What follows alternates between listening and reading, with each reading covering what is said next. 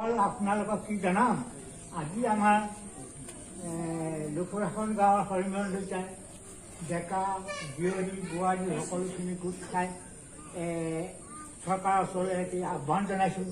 অনুৰোধ ক্ৰমে আমাৰ অখিল গগৈসহ সতীৰ্থসকলক বিনা স্বত্বে মুক্তি দিব লাগে।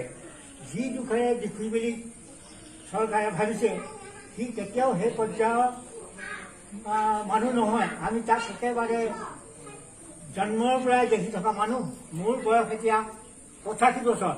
গতিকে চৰকাৰলৈ এটা অনুৰোধ যাতে তেওঁবিলাকক অনতি পলমে মুক্তি দিব লাগে।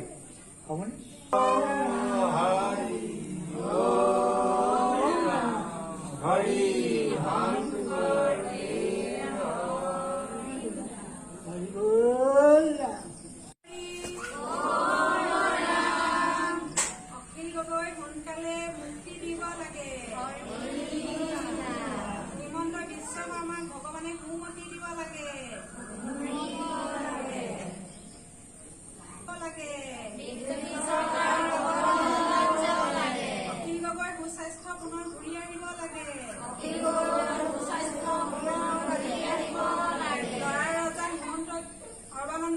সোনকালে পতন যাব লাগে।